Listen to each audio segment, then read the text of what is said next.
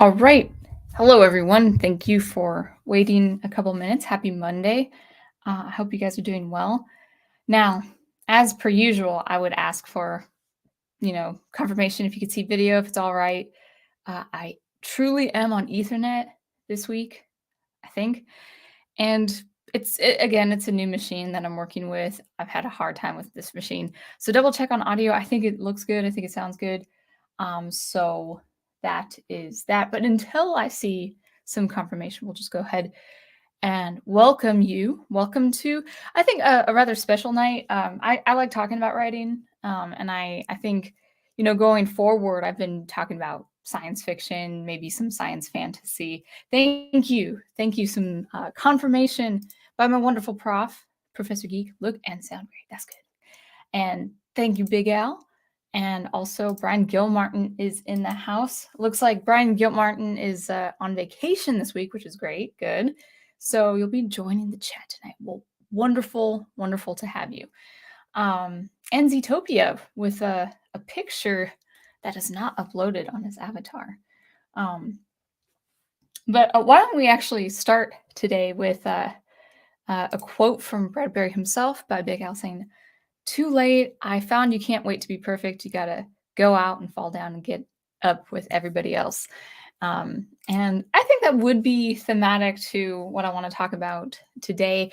Really, we will be talking about Ray Bradbury. I will use specific examples with his wonderful book. It's got a glare to it a little bit. It's a pretty bright book, right? Book cover right there, part of the book cover. Something Wicked This Way Comes. And I meant to read it in October, and I'm just I'm kind of a slow reader. We'll get into all of that, but we'll welcome the chat. But yeah, we'll be talking about just the very unique writing style of Ray Bradbury. I think that authors and writers today can really learn. There are things of his, things of just his style that I think we can learn, not just as writers, not just writers of fiction, but writers of nonfiction, and then also as readers. I think that he's just a very valuable part of our literary history.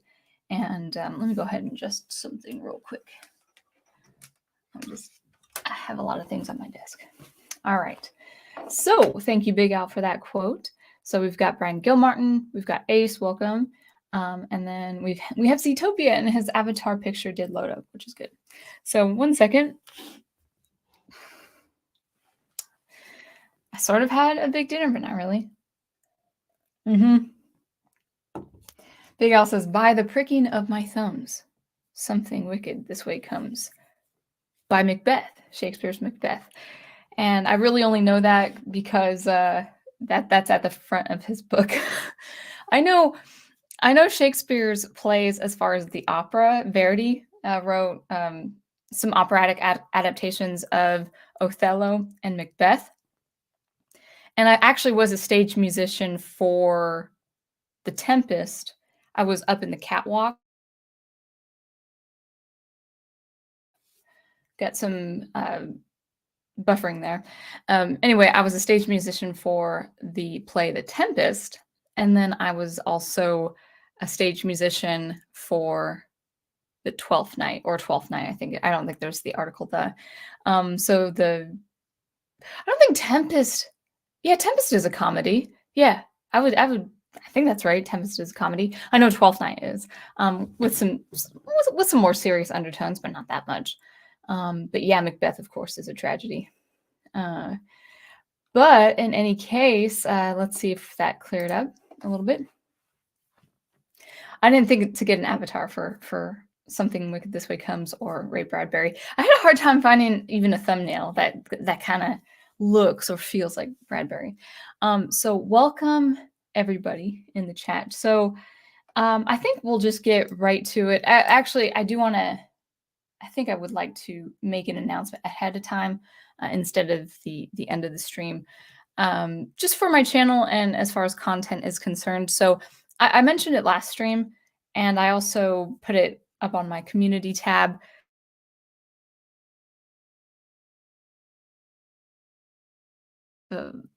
the video is buffering. I even might take out the Ethernet.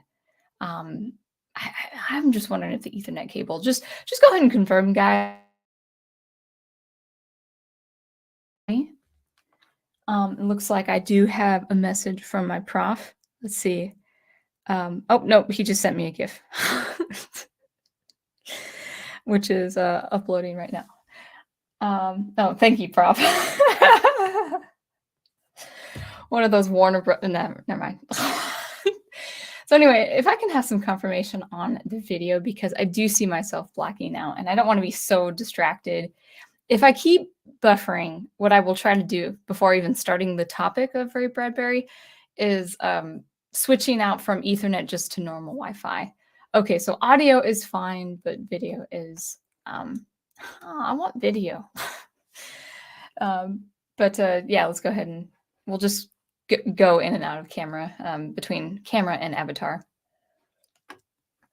All right, so just before we get into the topic of Ray Bradbury, I had mentioned on my community tab and also the last stream, just kind of what to look for content. So in lieu of everything that's happening with my computer and all that, I'll get into that in just a second. I will be streaming. So streaming every week will continue. But for now, I may just hold off on creating content. I would really like to create just a couple more videos. But I've been having real major computer issues with my new computer. It's not a bad computer. I think it's a fine computer so far. But it's about a 5-year-old computer, which is very new to me. And in the last 2 weeks, I have uploaded.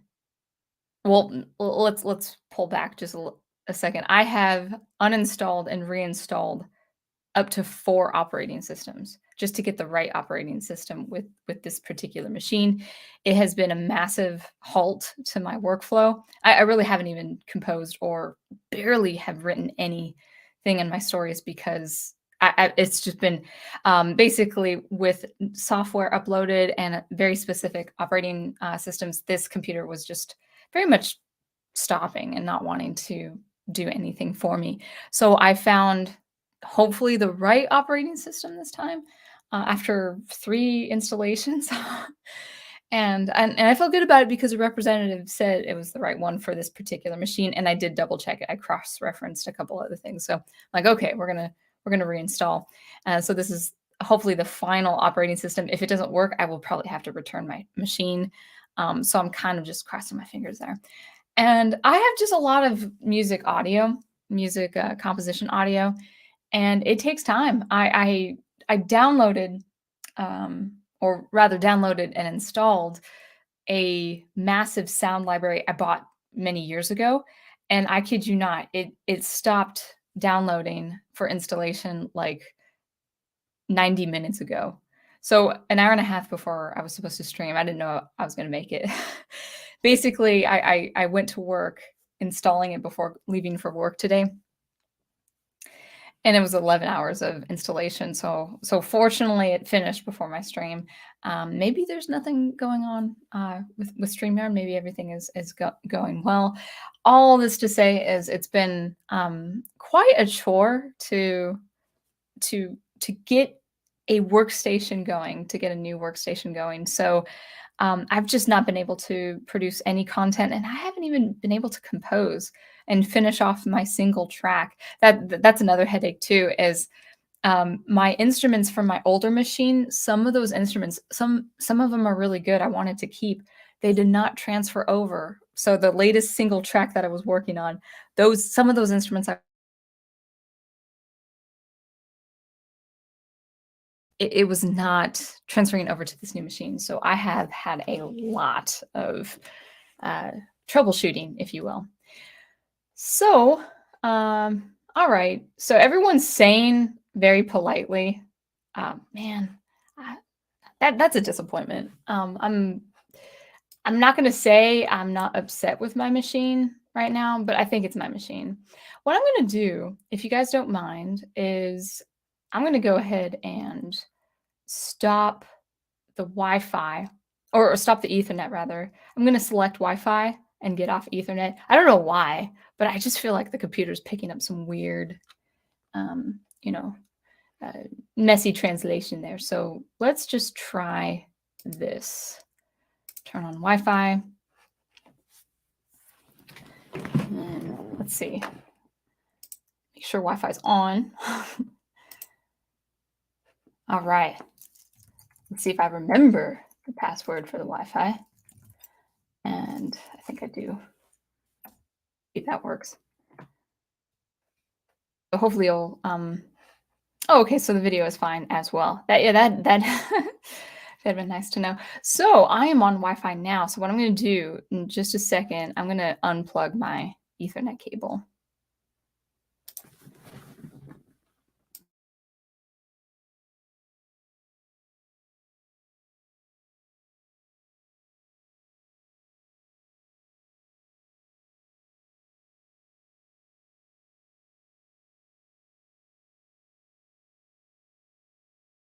Take a minute or two, but hopefully that works. Big Al, I don't know this reference. But yes, I do troubleshoot from time to time. All right, let's try video one more time. If not, we'll just do strictly the camera. Thanks for the heads up. Welcome, Private Eye. Welcome to have you. You say, let me begin by saying that I don't know anything about Ray Bradbury. So I will, let's talk about Ray Bradbury. Before the internet and show you this. I want to show you this book. Yeah, that's just so annoying. Sorry, guys. I'm usually better about these tech stuff, but I've had 2 weeks of just not good. Okay, I'm going to stop now. I'm going to stop complaining and just roll with it. So for the very short time I have video with you here. So Ray Bradbury, Something Wicked This Way Comes. So what I recommend, we'll get into this for a second, but Ray Bradbury, very famous and I would say highly prolific American writer. He really is a writer of science fiction, fantasy. I would say really he's a writer of fantasy. Even he himself does not, or did not rather, consider his works like the Martian Chronicles to be science fiction. It was very much science fantasy. I read those collections of stories about 10 or 11 years ago. I remember being impacted by them, but I would say I have not been impacted by any story of his until I read this book, this gem of a book, this gem of a story. There you go. Something Wicked This Way Comes. So he is known for his science fantasy. This is his more dark fantasy and even a little bit of elements of horror. Now, I'm just going to say right off the bat, I did not know that I could read horror until I read this story. Now, this isn't horror, and this isn't nihilistic horror in that there's no good ending or there's nothing uplifting. There are horror elements to this story. Something Wicked This Way Comes, with involving a dark, diabolical carnival. Really perfect book to read before Halloween. Actually, it takes place. The two main characters are born 1 minute before and 1 minute after Halloween. It takes place on the 24th, the day of the week before Halloween. So it's a perfect October story. I mean, he's October. If you assign a month to Bradbury, he's October. He's written books with the name October on the titles. So I would say I did not know that I could stomach horror until reading this story. Now, I will say this, though, there is a condition. The condition is if there are horror elements to it, the setting has to be good, the writing has to be just pretty much genius. And there were a lot of genius scenes in this story. A very, very well-written story.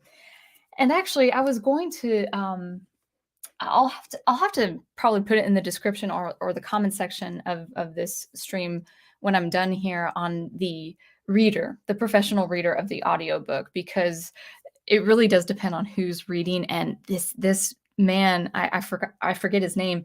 He is perfect. He gets every single character exactly as they should sound. Even the female characters. There's this one really very creepy witch character, and she sounds perfect. You know, she's that is the voice for a witch character. He does it very well, very well. And so I'll have to drop down the name on the comments or the description when I'm done with this video. But even if you don't have the audio book of it, I would just, read it for the month of October. So Ray Bradbury, if people aren't familiar with, he is prolific in that he really writes profound themes, ideas, metaphors. He writes very prolifically in that way, and then also in the form of short stories. And actually, I have another book of his. Oh, wait, that's not him. That's Isaac Asimov. Never mind. Isaac Asimov also wrote short stories as well. It was, the 1930s, people born in the 1920s and becoming writers in the 1940s, 50s, and 60s, they really worked on short form. They really worked on subscribing or sending short stories to prolific magazines. But, the big name editors would ask these writers to compile these short stories into a novel form, because editors back then were very much into the novel length as well. Ray Bradbury, however, just worked with his own self, but also encouraging writers to write the short story format. I actually had I need to dig them up. I had many years ago, I had many ideas for short stories. And also, actually, to those who were interested in even graphic novels and different things like that for your world, one excellent way of building your universe, if you're interested, is writing short stories. Because maybe you won't have time in your life or in your career to write many novels involving the world you're building or the universe you're building. So then if you had an idea for a planet, or if you had an idea for a culture on a planet, then maybe it's like, well, maybe I don't have a novel for this planet, but I can write a couple short stories involving, this planet, to get the reader, if they are reading a novel and a mention here of this planet, maybe, way into the future, like characters in your novel exploring an old planet. Well, maybe there were stories of that planet. And maybe you don't have novel length tales to tell of that planet, tales to tell. But then short stories work. So short stories are an excellent way in building up a world for your science fiction or for your science fantasy or your fantasy. So that is one thing as well. So Ace says, enlighten us more on just Fahrenheit. So you're asking, Ace, you're saying, enlighten us on more than just Fahrenheit 451. Okay, so to be honest, that's a book I have yet to read. I've read a lot of the classics, but I have not read that one yet. I know that's, of course, one of his major pieces, if not his most famous piece. I've not also read The Illustrated Man.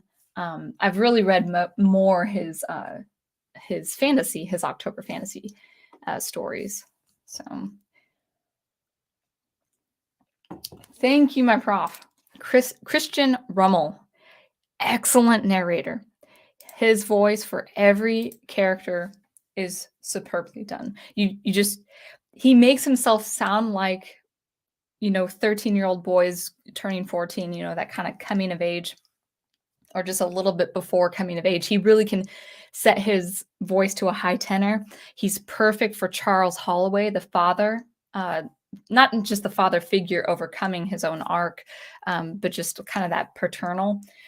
He is so excellent with this very ominous character, Mr. Dark, and also just the witch. She's kind of like a banshee character. Well, she's not a banshee character, but I sort of picture that banshee look to her. She's more of a gypsy look, but your imagination can kind of run wild there. So just kind of as a very short summary, Ray Bradbury, American author, writer, I would say. He's really a writer. And, prolifically many stories and also essays and and all of that. So I highly recommend that. So let me go ahead and just say very quickly that I would say Something Wicked This Way Comes has very much mesmerized me and somewhat changed me. I would give it 5 out of 5 stars. I don't usually give such a high score, but it's really well done. And one of the reasons that causes it to be so well done is that he does follow the 3 act structure. He follows it with a very visceral exposition, kind of an ominous entrance of this carnival into this small town of I think it's Illinois or some Midwest town. And so you've got the exposition, you've got the conflict stirring within these 2 boys, and then you've got a heightening of that conflict in the second act of the story. The end of the second act is so good. I had to reread a few passages of the end of the second act because the scenes were so good. I wanted to reread them again. It wasn't that I missed anything. I was like, I gotta read that again. It was so good. And the scenes in particular of the second act, I felt like I would have understood instantly if I had read that book as a kid. Very like not only that, not only did I resonate with it, like, oh, I would have loved that scene if like as a kid, reading that as a kid, but I felt like I would have written a scene exactly like that. I don't think I've ever run into a work or an author where I would have written the scene exactly like that. I'm not saying I'm as good as Ray Bradbury, but the way he wrote a few scenes was like that. That's exactly how it was perfect. You couldn't have done it more perfectly. It's high level of suspense, and then the resolution is very good on its own. Beautiful resolution. You can feel it coming to a close, but it's also it's still very tense. It's not as tense. I mean, there's a lot of tense moments. It's not as tense as leading up to that third act. It's a very steady decline to a very uplifting resolution. So I would say this book, Something Wicked This Way Comes, is is a dark fantasy with a little bit of horror elements mixed in, but it's not horror in that everybody is condemned. There are victims in the book, sadly. I want happy endings for some of these characters, but there are victims in this dark fantasy because it's supposed to be a cautionary tale of what you would do with temptation, what you would do with sin. Even the major sins that we all know through biblical references or even folklore, like gluttony, envy. Some of the townspeople fell prey to something like gluttony or something like, oh, I wish I was younger again. And even good people, these townspeople weren't bad people. These townspeople were good, honest people with a fault, and they fell. They fell prey to their weakness. They fell prey to their sin. Um, one one sin was, a kind of a carefree selfishness. This man was not a bad man, but he's kind of carefree. He doesn't chase the storms. He escapes the coming storms of the town and stuff like that. And because of that, because he's ever traveling, he's not settling. He could actually have a sin. It's more explored. He has a sin for, things that men would have could fall into temptation for, and that is beholding a beautiful woman and having the sin of lust. And what happens to him is, I won't say any spoilers, but what happens to him is really sad. It's really telling. It's a very grotesque depiction of what becomes of him, what becomes how he is transformed because of his sin. And that's one thing. There's another victim who falls prey and she's a good lady. She's a teacher. It's like, oh man, I can't believe such a terrible thing happens to her. You know, she's a teacher of these boys, and it's like, yeah, it's kind of it's very frightening, but it's kind of what it's yearning for something that you can't have. And so if you're given that desire, what becomes of you? So these very strange, very frightening cautionary tales inside this book um, that happen. You know, bad things happen to good people, or you know, well-meaning people, people who aren't out to harm other people, people who actually otherwise are good people of the town, or travelers. Just people just doing their own thing. And so the story is about a dark carnival that is supposed to represent the diabolical. It's supposed to represent not just mystery and not just, something that is of an enigma, but it's supposed to draw out of your heart and your psyche all the fleshly desires and temptations that you would want to toy with. And so good. So good. So I give it a 5 out of 5 stars for the pacing, for the characters. These you could tell it's out of a fantasy kind of setting, but there are also, some of the characters are supernatural, but some of the characters deal with the supernatural, deal with the unknown, deal with the frightening things. And they're very real in their reactions. We have one character who represents the good, pure heart, the heart that is cautious, the heart that does not want to toy with anything bad. And then we have a counterpart that is they are best friends, but he's the shadow of his friend who is pure. Just great, just great characters. And then we have an older character. So we have 2 young boys, and then we have a older character who's the father of one of these boys, and he goes through his own arc. He's very much a cathartic hero. He's very much a hero, especially at the end. So it's a beautiful 3-act structure with very intriguing characters. And I would say, so the 2 heroes are very intriguing, and you really root for them. You really want them to not only overcome the odds against them, that is this dark carnival, but you want them to save who they want to save, including themselves in the way of this father type of character. So you have these heroes that you're rooting for, and then you have a crazy, very frightening villain, very frightening antagonist. What I love about what I do love about yes, what do you say? You mean cathartic motivational? What did I say? But yeah, I didn't mean to say cathartic motivational. Maybe not. I would say I would cross-reference that with Prof. But he's not an aspirational hero. He becomes good. This father, he's not a bad man when you first meet him. He's not bad at all, but he has some faults he has to overcome, and you find that you're rooting for him. But so we were talking about the heroes, and then this villain. Now, this villain, you don't realize just how truly, and I'm not going to spoil anything, I promise. I would say read it for yourself. You don't understand the weight and the evil of this villain until toward really the very end, or at least until the middle toward the end of the second act. I thought he was just kind of a dark figure, like a tall, dark stranger.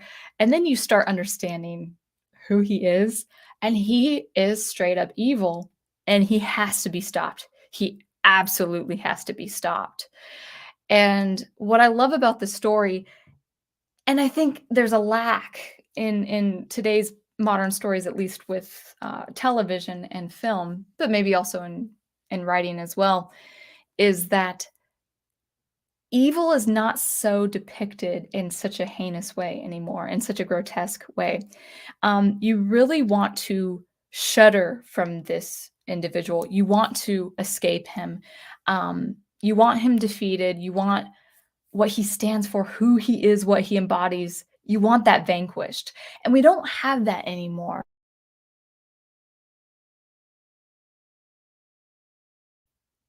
Uh, I would say we're so busy trying to make villains nuanced and complex and also understandable. I'm not saying there's a thing wrong with that, but I would say Bradbury he has his villain absolutely evil, and he does bad things to people, and symbolizes the uh, taking up souls who have despaired of life. Basically, he is fueled by the despair and anguish of others. That's his life source per se. And when you have a character like that, when you have a character completely representing the elemental side of that is evil, evil compared to good, you know deep in your heart as a reader that that person has to be stopped, and um, he's a very frightening individual. He's very intriguing. You can like him as an evil villain, but he's not meant to uh, be in any way um, relatable. Let's hope not. So yeah, he does some very frightening things, and I think that's important, but not just him as an individual, but also the carnival that he owns. He's in charge of this carnival, and what does this carnival represent? And what does it do to people? What does it do to the souls of people? How does it get its victims? And all of that, I think, has to have an element of horror. So what I said earlier was, I didn't really think I would like horror. I like some dark and scary things, but I never really liked horror. But Bradbury, he does it in such a way that's very well written, and he does display evil in a very scary way. Um, in a visceral way. Like you have to be so repelled by it. It's like, oh, I don't want that to happen to me. I don't want that to happen to these characters. I don't want them to become part of this dark carnival. Will they? Won't they? Who's a victim? Who's not a victim? And all of that. And you find yourself rooting for very good people, and then you find yourself really sad. Like at least I did. I found myself happy about the ending, loving the whole story, but also feeling really sad for what has happened to some people. That's what evil needs to be in fiction. Evil needs to be displayed in such a way where it really does scare you and sadden you. I think that's the whole point of evil, especially depicted in fiction. And when evil kind of looks sexy or whatever, it's like then you're going down a dark path yourself. So that's kind of a summary of the review. Well paced, beautiful 3-act structure, wonderful characters, and wonderful world building. I will say, I'll give some examples here too, and then we'll just talk about a couple takeaways of Bradbury. Um, I'll talk about just the writing, and even if the camera gets a little fuzzy, I have some examples of the visceral narrative. So when I say visceral, I mean something that is something of your senses that are heightened. So like something about your sense of smell is picked up based on what you're reading from Bradbury, or the sense that is touch. It's like, oh, I know what that smells like. I know what that feels like. Yeah, I've experienced that. Maybe I've never been able to put it into words, but I get it. I get what he's saying.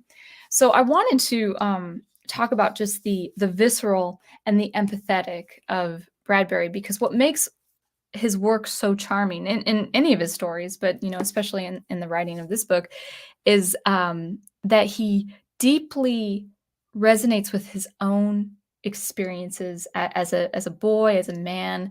The author is very uh, uh, he observes things and he resonates with his own memories of certain towns, certain people, certain places, like a merry-go-round or a carousel, or different things like that, in such a vivid way. It's like this man really lived each and every moment. Like he found so much pleasure and so much passion in each and every moment. Maybe a sunset in the park, maybe, playing a game at the carnival, riding a bus with a kid who just got a new pair of sneakers. He is very much, he will make a story out of a moment. That's how deeply impressive this man is as a writer. So let's actually just talk about a couple examples. I wanted to, give you some examples, just maybe two or three, and why I don't think this generation, like whether you call it the Zoomer generation or whatever, just the generation or two after millennials, or maybe even millennials themselves, or maybe even anyone, that people today with so much high speed information just piled on them, attention spans are getting a lot shorter. They are decreasing more and more, and because of that, you don't even have the ability to observe, to work your senses. And if you don't have that, you really can't comprehend a story like Bradbury. So let me find an example real quick. Where did I have it? Where was it? I know it was here somewhere. Yeah, there it is. So okay, so I'm just going to read a little bit of an excerpt, and maybe if you're born from the 90s, no, sorry, from the 90s and then backwards. So like if you're born in the 90s, 80s, and 70s, in the 60s, maybe you would understand what this passage might mean. So just to give you some context, they're these boys that they're kind of, they're about to investigate. They're about to engage with the wonders of the carnival, but they're in town, and so they talk to different people, like store proprietors and stuff like that. So the boys come across probably an Italian, I don't know, a store owner called Mr. Cressetti. Oh, he's a barber. So I'm just going to read just a little bit of a passage. I want to see if you can actually say the same, kind of feel the same. I don't know. This is going to be a interesting experiment. So Mr. Cressetti, in front of his barbershop, his door key in his trembling fingers, did not see them stop. What had stopped them? A teardrop. So this man is about to cry. He's old. He's kind of regretting that he's not a young man anymore. It moved, shining down Mr. Cressetti's left cheek. He breathed heavily. Cressetti, you fool! Something happens. Nothing happens. You cry like a baby. So he's very sensitive because he's old. Mr. Cressetti took a trembling breath, snuffing. Don't you smell it? Jim and Will, the two boy protagonists. Jim and Will sniffed. Licorice! Heck no, cotton candy. I haven't smelled that in years, said Mr. Cressetti. Jim snorted. It's around. Yes, but who notices? When? Now my nose tells me, breathe, and I'm crying. Why? Because I remember how a long time ago boys ate that stuff. Why haven't I stopped to think and smell the last 30 years? You're busy, Mr. Cressetti, Will said. You haven't got time. Time. Mr. Cressetti wiped his eyes. Where does that smell come from? There's no place in town that sells cotton candy, only circuses. Hey, said Will, that's right. Because the carnival's there. Cressetti is done crying. The barber blew his nose and turned to lock his shop door. As he did this, Will watched the barber pole whirl its red serpentine up out of nothing, leading his gaze around, rising to vanish into more to nothing. I'm going to say that again. I need to read that little passage again. We're talking about the barber pole. Everyone's seen it. The barber pole that, the barbershop pole that is white. It's a white pole that spins blue and red lines. So I'm going to reread that sentence. As he did this, Will watched the barber pole whirl its red serpentine up out of nothing, leading his gaze around, rising to vanish into more nothing. On countless noons, Will had stood here trying to unravel that ribbon, watch it come, go, and end without ending. And then Mr. Corsetti put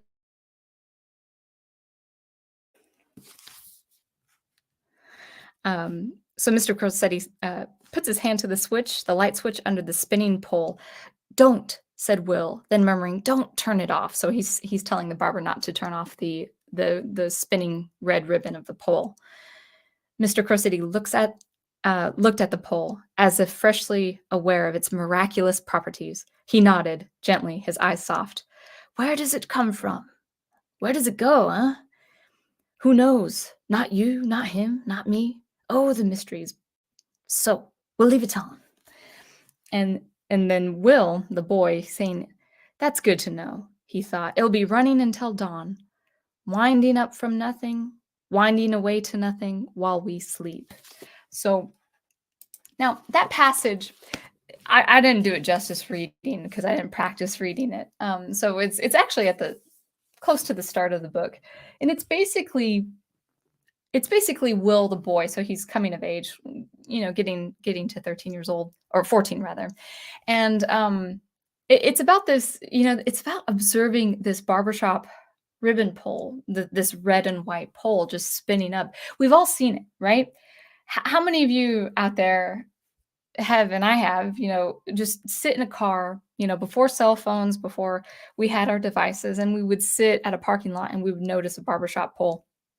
Or maybe we're sitting on the bench in a summer day and we're just watching that pole spin, and it always spins up. And you kind of catch the end of the pole. And then you try to kind of anticipate the new beginning of the pole. It's like, how does it do that? We don't know. It's the miraculous properties. It's the miraculous wonders of this barbershop pole. And Will is loving the idea of it just spinning up to eternity and coming from out of eternity. And Mr. Corsetti, the barber, seems to get that. He seems to know. Maybe he knows because he had that same observation as a boy himself before he started his own shop. Maybe he was a son of a father who was a barber, and he would just kind of watch the spinning pole as he daydreamed. Now, I have that experience. I knew exactly what the boy Will was experiencing, and the comfort of that thing spinning as you sleep at night. Just knowing that you really shouldn't stop the barber pole. You shouldn't stop that enigma. You shouldn't stop that magic, because there is something magical about that. The majesty of just this thing going into eternity and coming out of eternity. Now, it's a barbershop pole. It's a physical thing. It's not meant to do anything besides, hey, this is the insignia of the barbershop.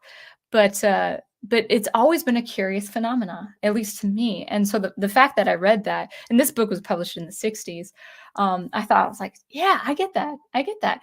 And how many people today would understand that? Like, maybe people even today don't, maybe kids, like, 9 years old now, maybe they don't know what a barbershop pole looks like. Maybe they haven't seen that red and blue thing wind up into eternity.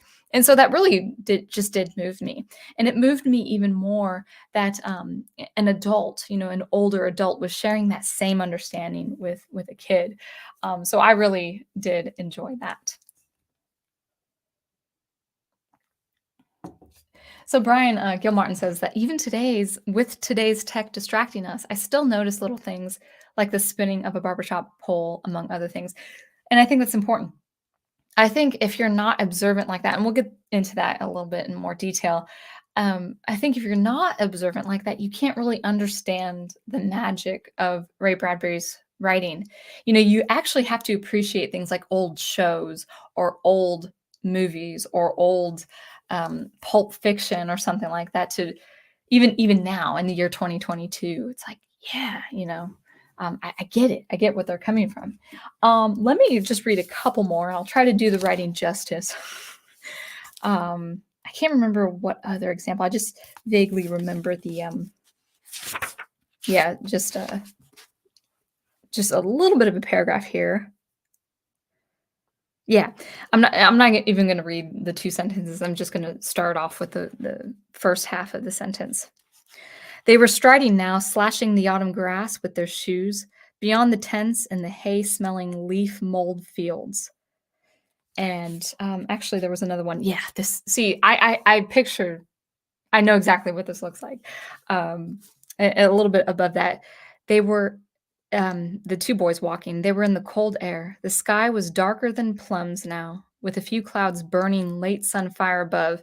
Like, darker than plums, like, you don't really associate plums per se with the sky, but we all know what plums look like. They're a really dark purple with kind of a shade of crimson, and, so what they're trying what Bradbury is trying to convey is the weird, uncanny purple of the right before dusk with the orange sun fire just blazing against that kind of sky. I know exactly what that looks like. And maybe I haven't seen it in real life, but I've seen it in my dreams. Or maybe some way the sun is hitting the trees and it is impressing colors upon me that are a little bit more uncanny or unworldly. So I think that is just quite fantastic. And then lastly, what was my other one? I mean, I circled a lot of pages, but I think page 180 it was. That's 208. I will find it.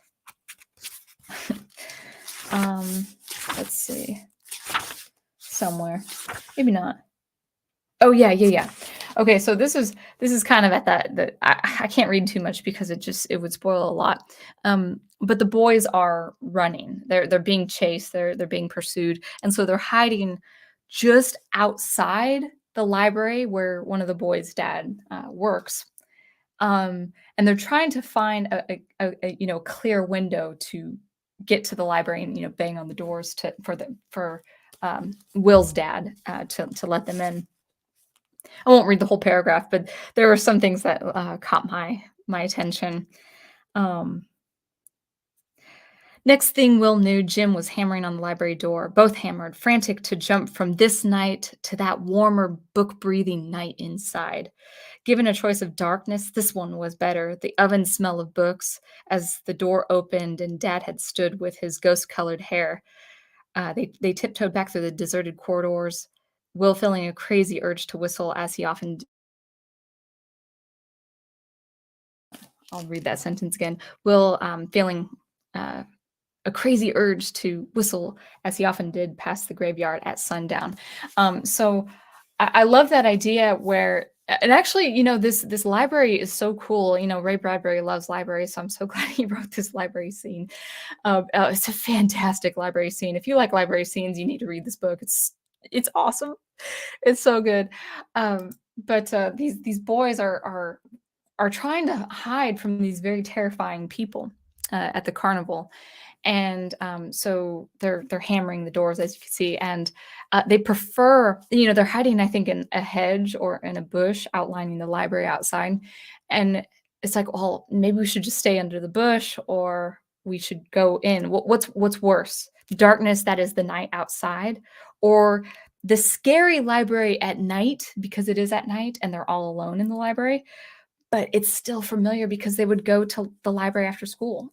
It's intimidating because it's at night, but they're with the dad, Will's dad. But they're also still it's scary, but it's a familiar kind of scary. So that they were preferring the warmer book breathing night inside, which I think is really cool. So and then one final paragraph in this library is, so when they walked again, it was still in whispers. So they're whispering. They're keeping their voices very hushed because they don't want to be, seen or heard. Deep forests. So describing the library, deep forests, dark caves, dim churches, half-lit libraries were all the same. They tuned you down. They dampened your ardor. They brought you to murmurs and soft cries for fear of raising up phantom twins of your voice, which might haunt corridors long after your passage, which means, like, basically the libraries are more they are they really shouldn't have echoes because books actually by the masses would absorb your sound. But let's say the libraries are with the stacks that are very wide in between. They have a lot of width between the shelves. Maybe the shelves are made of stone or steel or concrete. Maybe the floors are stone. So libraries can really echo depending on the structure of the library. But I love that idea that there are these phantom twins of your voice. It means an echo, like you're saying something and then you hear someone back in the stack say the same thing. Well, that's just your voice having that echo. But he really personifies that as something of a ghost, like your echo is a ghost, repeating what you say and trying to expose you for hiding or stalking in the shelves and in between stacks and stuff like that. So it's really, really cool. I really like it. He describes the carousel in a way that I can never write a carousel without that image. I don't know where it is in the book. It's kind of at the front, but it's if you can see it, I'll show you the cover one more time before my video freezes. Um, you can see that that's a horse, right? Well, that's supposed to represent the carousel, and you can see how just eerily the the horse head is kind of disintegrating into the skull because he describes the carousel as these beasts who are just pegged through their spine and in torture, this eternal torture. And I'm like, how? Yeah, every carousel that I've seen, the horses look like they're panting, like they're about to die, that they're about to collapse. They look frightened. Uh, Very exhausted, like the blood is pumping and they're about to collapse and stuff like that. I was like, yeah, carousels do look like that. Why didn't I see that before? And it was from Bradbury. He had a very terrifying experience on a carousel when he was 5. He hated the ride. He screamed at his mom to pull him off the ride. So I mean, the fact that he hated the carousel at 5 years old and and then and then that be part of this, dark carnival theme. I think that's just so in very, very intriguing to me.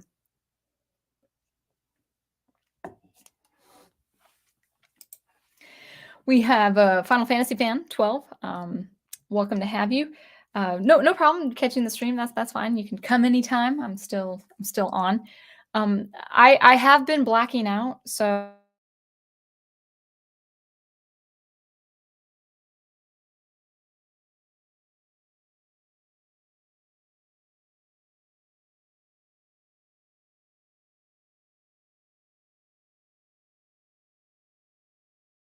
just keep uh it's been very spotty.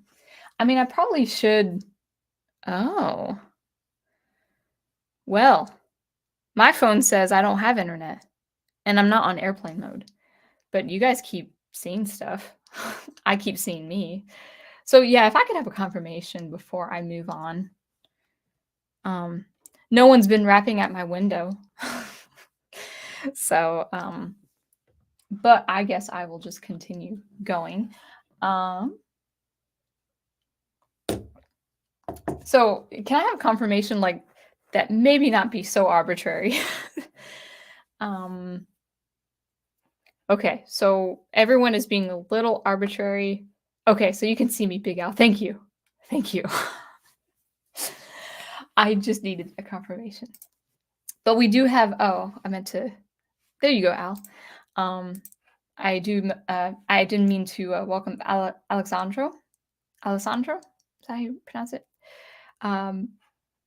Okay, you hear me. That's great, but can you see me? I might actually forego the camera until I know that this computer is fine. So audio is fine, which is the most important, but that's a shame. I I sure hope it's not my new machine. Go ahead and if you could see the video. Well, no. So Big Al. So you say not now, Avatar. But is my avatar bubbling every time I speak?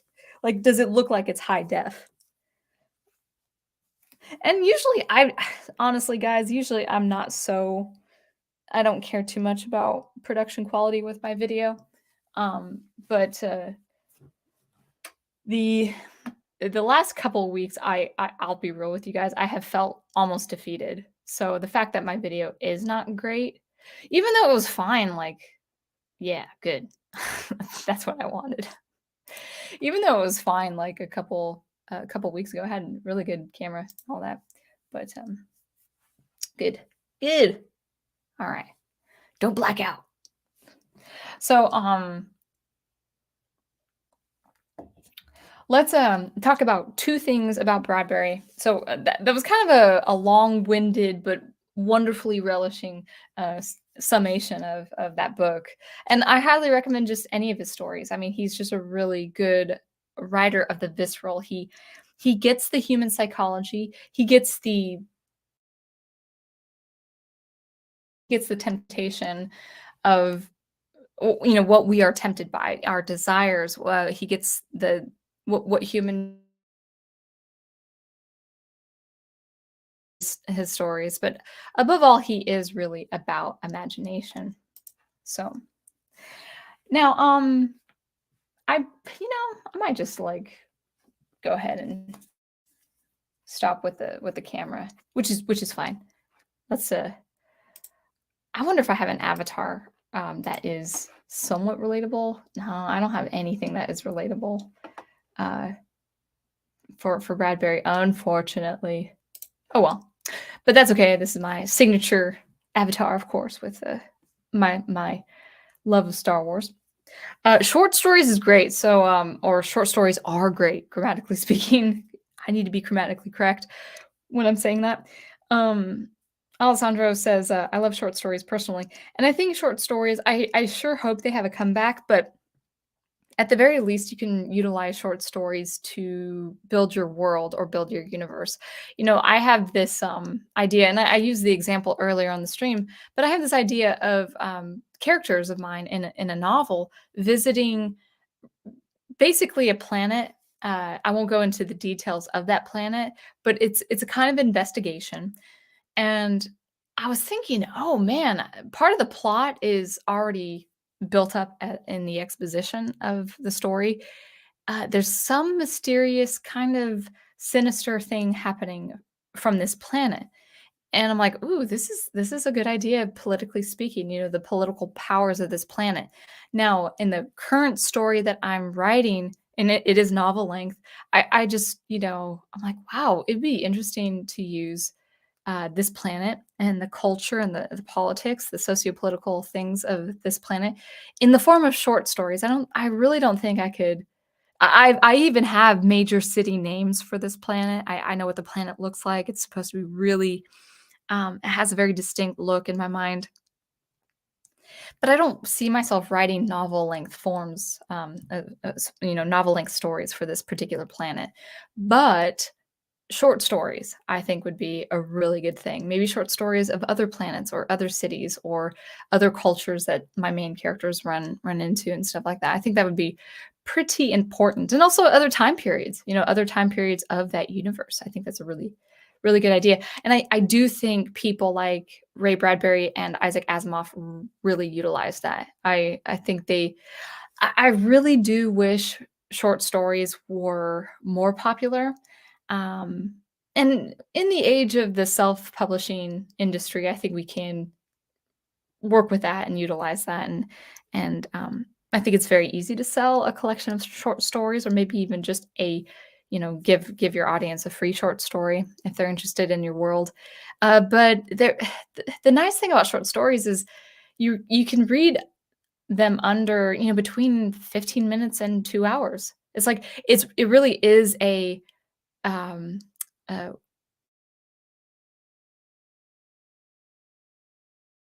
or it's kind of like it's like watching a movie, except it's based on the words you're reading and not what you're seeing visually on a screen.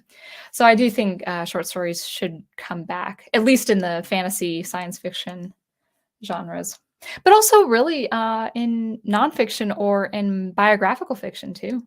I think that's a fine idea. Um, Alessandro, I think I'm saying your name right. Alexandro, do you, you're asking me, do you plan your novel in similar ways to Ray Bradbury or even David Stewart, or how do you go about it? Well, I haven't read anything of David Stewart's. I do want to start reading his Moon Song series, maybe even some of his fantasy series. There are a couple short stories that he had written a long time ago that sound interesting. He's not working, I don't think he's building off of those worlds per se, because they weren't that popular. So I haven't read any of his works. So I can't comment on how he does his writing. But as far as Bradbury, I would say where Bradbury shines is the standalone novel. I think I'm not against series. In fact, the story that I'm writing is a multi-book series. Not crazy much. I don't plan on exceeding 4 books. I don't think it's a trilogy. I think it's 4 books. Or if it's 5 books, they're very short. Like they would be 80,000 words or something. Not crazy long if it is divided into 5 parts. And each book also has major parts in it as well. But where I really what I really love about, Something Wicked This Way Comes, it's a standalone novel, and of course, he has other stories in that world, in that setting, maybe at different times of the year, but, it's very satisfying. It's got a great exposition, a great climax, a great closure.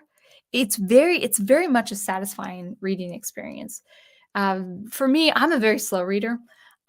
Even though I write a lot and I play music and I'm reading nonfiction and I read scripture every day, I actually really do comparably to readers in previous generations and also compared to my wonderful fiance who is Professor Geek.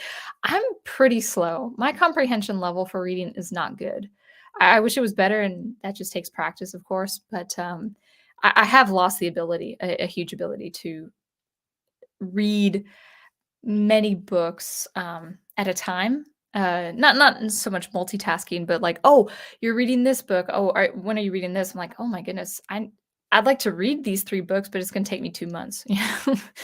And I would like to get better at reading a lot more frequently. I think I should read a lot more frequently. Now with short stories, the nice thing about reading short stories is that you can read at least one short story a night, depending on the length of it. Where Something Wicked This Way Comes is great. It's a standalone work that I think is just perfect. I do have a novel I wrote a long time ago. It's a speculative novel. In fact, actually, I was thinking about it a couple days ago after reading Something Wicked This Way Comes, because I was like, wow, not to really imitate Bradbury, but the way he did his narrative, the way he did his prose, I'm like, oh my goodness, this is good. This is magical, and a lot of my speculative is more of the psychological and almost the magical. And so I highly value novels that are relatively short. Like, they don't need to be crazy big. Like, have very short chapters, have multiple chapters, but have very short chapters too. I think I think keeping your chapters short, at least for me as a reader, I do like. That's not to say I do that as a writer, but sometimes I do. But some of his chapters, until the very last chapter of his first act in Something Wicked This Way Comes, he was having very short, like 1 to 2 page chapters. It was great. Like, it really set the pace very well. And then his last chapter was like 28 pages or something, or 25 pages, but it was a whole entire scene. I don't think it was that many pages. I'd say 20. But anyway, so that's really what I would recommend with Bradbury, as far as aspiring to be a writer like him, is that actually he encouraged these college students. I was listening to a lecture of his before the stream. He was encouraging his college students to, not his students, but he guest lectured at this college in California, like 12 or oh yeah, it was a few years before he passed away, about 15 years ago or something. And he was telling everyone, hey, don't bother with novels if you feel really when you're the problem with working on a novel is that you're not getting something done. Whereas with a short story, if you write one short story a week, then you've got 52, like between 50 and 52 short stories every year. You've accomplished writing a standalone story. And then what's nice about that is if they share a theme or a metaphor of some kind, then you can actually compile them together and then just kind of like work it in a tapestry. And then he encouraged these people to read a short story a night, read one short essay a night, and read one piece of poetry a night. And he did not recommend modern poetry. He he was very he was very staunch about how terrible modern poetry is. He's like, no, go to the classics, for all that. So anyway, the nice thing about short stories is that for me, my comprehension levels for reading is not that great. I wish my reading comprehension was much better. I've always struggled with reading comprehension. Even someone who loves to read and loves to write, I've always struggled with reading comprehension. And so the short stories are nice because you can finish a short story, and then if you're confused by anything, you can go back a few pages and then reread it, having read the whole story. So that's where people like Bradbury shines. I would say Isaac Asimov as well, with his collection of short science fiction stories. His Foundation trilogy is great, but I highly recommend his short fiction as well, because short fiction also gives you the opportunity and the ability to convey a single idea in a very effective way, in a very efficient way. And the problem with the novel, again, not discouraging anyone from writing a novel. I'm writing one myself, and I've written one several years ago. You have to maintain that idea for a long stretch of time, and you have to really maintain endurance. It's very hard to maintain an idea, especially if you're thinking about a series. You have to maintain the same theme, the idea, stretching all the way for thousands upon thousands upon thousands of words, hundreds of thousands of words if it's a series.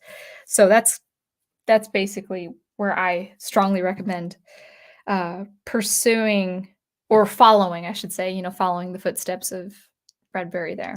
So hopefully I answered that question, Alexandro. My wonderful prof says, a short story is a different thing altogether. A short story is like a kiss in the dark from a stranger, Stephen King. I feel like you have quoted that too. I feel like you have mentioned that on some of your videos. I love short stories. In fact, I have really good ideas. I have really good ideas for short science fiction that I just need to dig up because they're old documents. And the problem was I started writing short stories and then they'd be half finished. And that was like 8 or 9 years ago. I actually no, I had completed one short story. It's pretty creepy. It's kind of a creepy short story.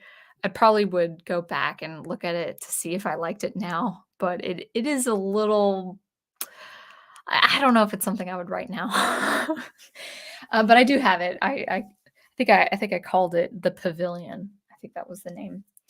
But I did start with these 2 sentences, and it happened because I had a dream of this. Um, I think what did my 2 sentences begin?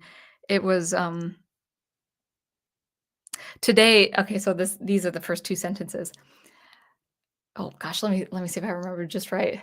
Uh, Today I was scheduled to be executed. Then they found out I was a musician. And then that was the start of the story. Yeah, I wrote one short story before, and I then I wrote actually a novella, a thriller, a sci-fi thriller, and I got half of it. I got half of it down, and I never finished that half. I was like 2 to 3 weeks from finishing it, and I never finished it. And I do need to finish that. Oh, these writing regrets.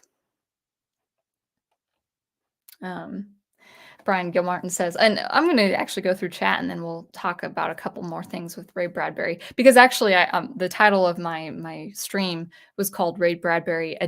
What was the title of my stream?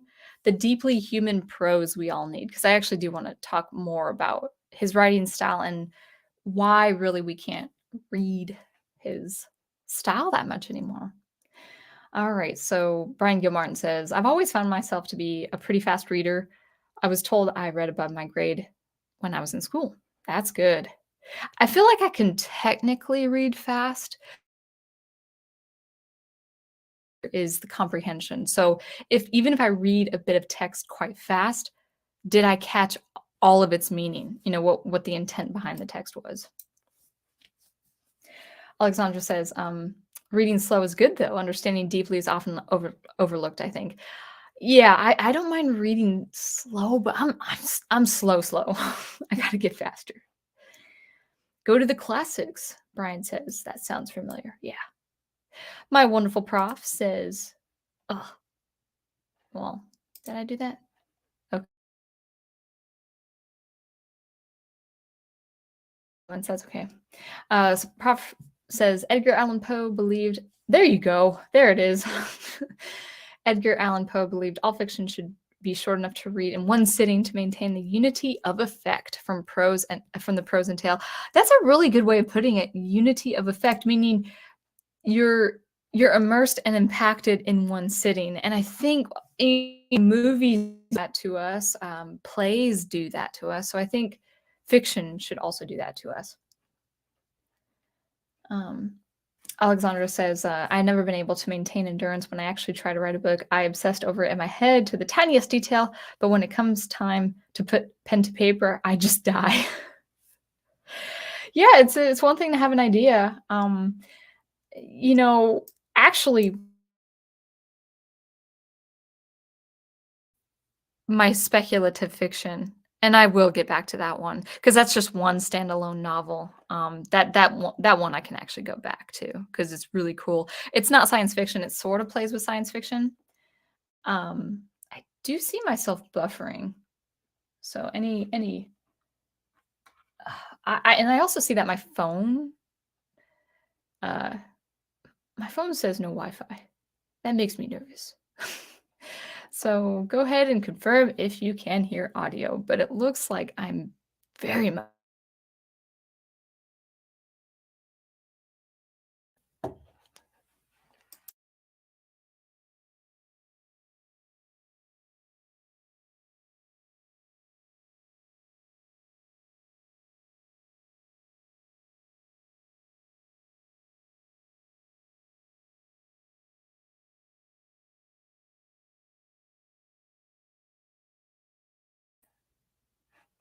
Prof, are you uploading? Okay. All right. Good. Just got to check because even my avatar is stuttering, so I had to check. What were we talking about? We were talking about reading comprehension and all of that. Speculative. Oh yeah. So for my speculative novel, here's what I would encourage people who are just wanting to write ideas down. Let's say you just have a scene. You don't even have anything leading up to a scene, but you have a really good scene in your head. Go ahead and just write that scene. The other thing too is I think it was, what was his name? James Scott Bell. He's a writer of writing, so he publishes books on writing. I think I've only read 2 of his books. One thing he encourages that I haven't really done, I don't think it's wrong. I just haven't done it myself. He says write from the middle, so write your climax and then go expand from that to the end and to the beginning. That might not be something most people would like to do, but I can see where it could be helpful.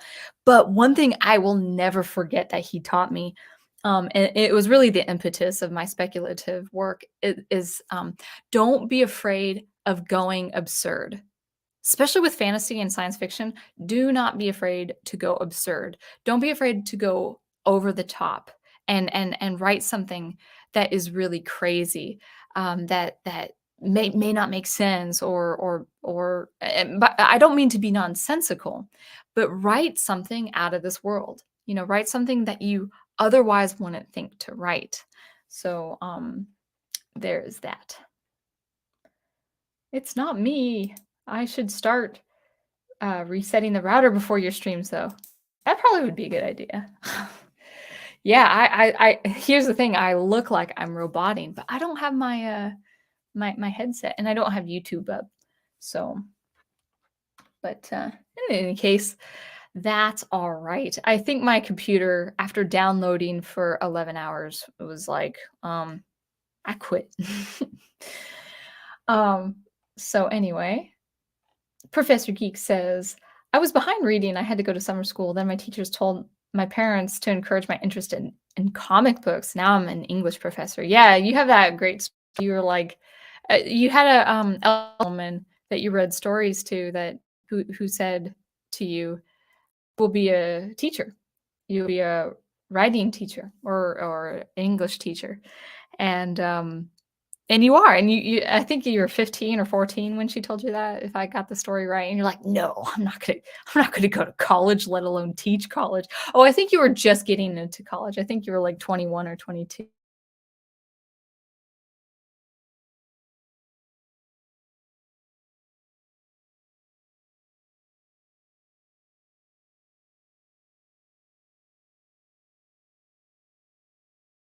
Yeah. Uh, uh, 2 big takeaways of Ray Bradbury himself and his writing style. But Final Fantasy Fan 12 says, I think Shadowversity did many videos about writing novels. Yeah, when he talks about writing, like I I like him and then I just kind of want to lovingly punch him in the arm. When he talks about specific writing things, that's where I think he shines. I think if he solely went on talking about art and writing and who his big influences are and his favorite literary works himself, or even his own endeavors, you know, his own projects, I think he can really shine there. It's I mean, I mentioned it before, and it's just part of the industry where he does talk about, you know, bad reviews. You know, he'll do a bad review and he'll consume bad content, and I'm like, man, if you just solely just focused on just what makes a good book a good book, he might not have the audience like he's gaining, because there's not really a dopamine hit when you're talking about why a book is good, or a review or just, you know, writing techniques in general, but it's a lot more wholesome. I think it'd be a lot more beneficial for people in general. You know, David Stewart had, like, I think like a few years ago, he would have a writing stream like every day for, or not every day, I'm sorry, every week for a year. And I think that really benefited a lot of people. And then he'll talk about storycraft.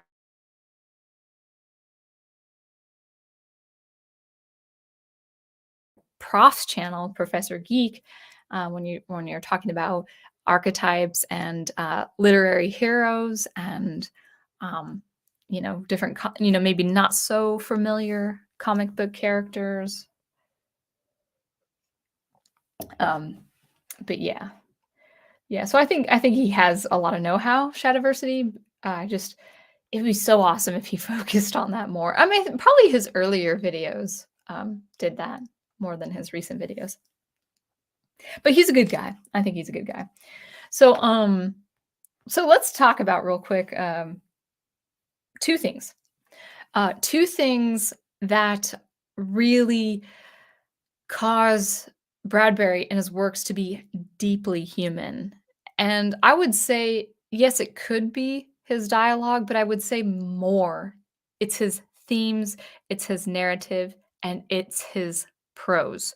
So I gave you some of those examples, you know, where the boy protagonist was understanding the eternity of the barbershop pole, or understanding the familiar darkness that is scary, but that is also safe. That is the massive library where his dad works. You know, the warm breathing books, the smell of books, and all of that. The sweet smell, or maybe the acidic smell of licorice and cotton candy, just kind of pinching your nose at the carnival. And all of that is, first of all, that is multi-sensory. That is highly, I think the word would be sensorial or sensorial. I'm not really sure I'm pronouncing that correctly. But it is deeply it very much is touching on the senses, not just the sight and the sound that you can see on a TV show or maybe even a radio show, maybe hearing it on an old classic radio show. Nothing wrong with that. But with TV or film or radio, you have the music, you have the sound effects, and you have the visuals. But unfortunately, film, as awesome as it is, it cannot convey touch and smell. Maybe some very, high art, very, very much, deep independent art film can touch on that. Maybe they can show you a bit of texture that like, "Oh, I know what that looks like. I know what that." Maybe if you see a snake skin up close, for instance, I'm like, "Oh, I know what that would feel like under my fingers."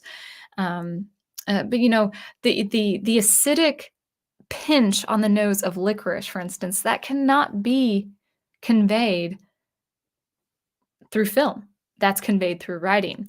And so the first thing I want to touch on is imagination. Imagination is just the enhancement of what you already observe in the real world. Maybe you don't think twice about something like cotton candy or licorice, but there is something sentimental of cotton candy because it you think about fairgrounds. Maybe you went to a state fair every summer as a kid. Maybe you connected with your grandparents more deeply as a kid because you went to the fairgrounds. Maybe you uh, went home with your cousins one night after going to the state fair. And cotton candy, maybe you might not like it per se, but maybe you do like it because it has that. And that's the thing is with imagination, you can enliven it, you can, enhance it. Now, with cotton candy and licorice, with Ray Bradbury, in his book, there was a foreshadowing or there was a foreboding. There was something amiss about that scent. It didn't the boys were excited about the idea of cotton candy and licorice, and even the barber shop owner, he liked it, but there was something also wrong. They were perceiving, even intuitively, kind of a sense like, "Oh, this is new, this is different." One of the things, that outlined that premonition, carnival not only came late in the year. Carnivals usually come in the summer. It came in October. October is the month of mischief, the month of darkness and stuff like that. So that's the first thing. The second thing is the carnival, they might have felt like they were dreaming it, but the carnival pops open in a matter of minutes or seconds at I think it was at either midnight or 3 in the morning. There was some otherworldly feel of that time window from midnight to 3 in the morning. There's something uncanny about the human, psyche, or we perceive midnight to 3 AM as, a dreamlike state. Now, I'm crazy nocturnal. My fiance is crazy nocturnal, so we're pretty much awake between midnight and 3. I'm usually working or playing video games or something like that. But for most people, for most of the world, people are sleeping. People are in a dream state. So it's very unusual for a carnival to be set up so late in the year and also so late in the day. There's something otherworldly, there's something unknown, there's something mysterious. And Ray Bradbury uses the tiniest bit of detail, like the scent of licorice and cotton candy, to excite the boys and excite the barber. But there's also like, something, it smells good, but something also doesn't feel right. Um, Licorice and cotton candy also, it was conveyed in such a way, especially with the barber, because he's an old man. He was expressing the passage of time and the regret, like, "Oh, I had cotton candy as a kid. Why haven't I smelled that before? Why hasn't my nose recognized that for so long?" And then Will, the boy, says, "Well, you've been busy." And the barber kind of scoffs at that. I was like, "Well, but I'm old now, you know?" And and so he's being somewhat seduced by or enticed, I should say, by the scent of cotton candy because it's pulling him back to an age that is not real, to the past that is no longer existing. So there is a spiritual premonition of something like cotton candy. Now, by the way, cotton candy and licorice is a very small example, but it already awakens the senses. So Bradbury was using his imagination like, "Hey, I remembered liking cotton candy as a boy. That's gonna really trigger the 13-year-old boys, and that's gonna also trigger the barber who is now an old man."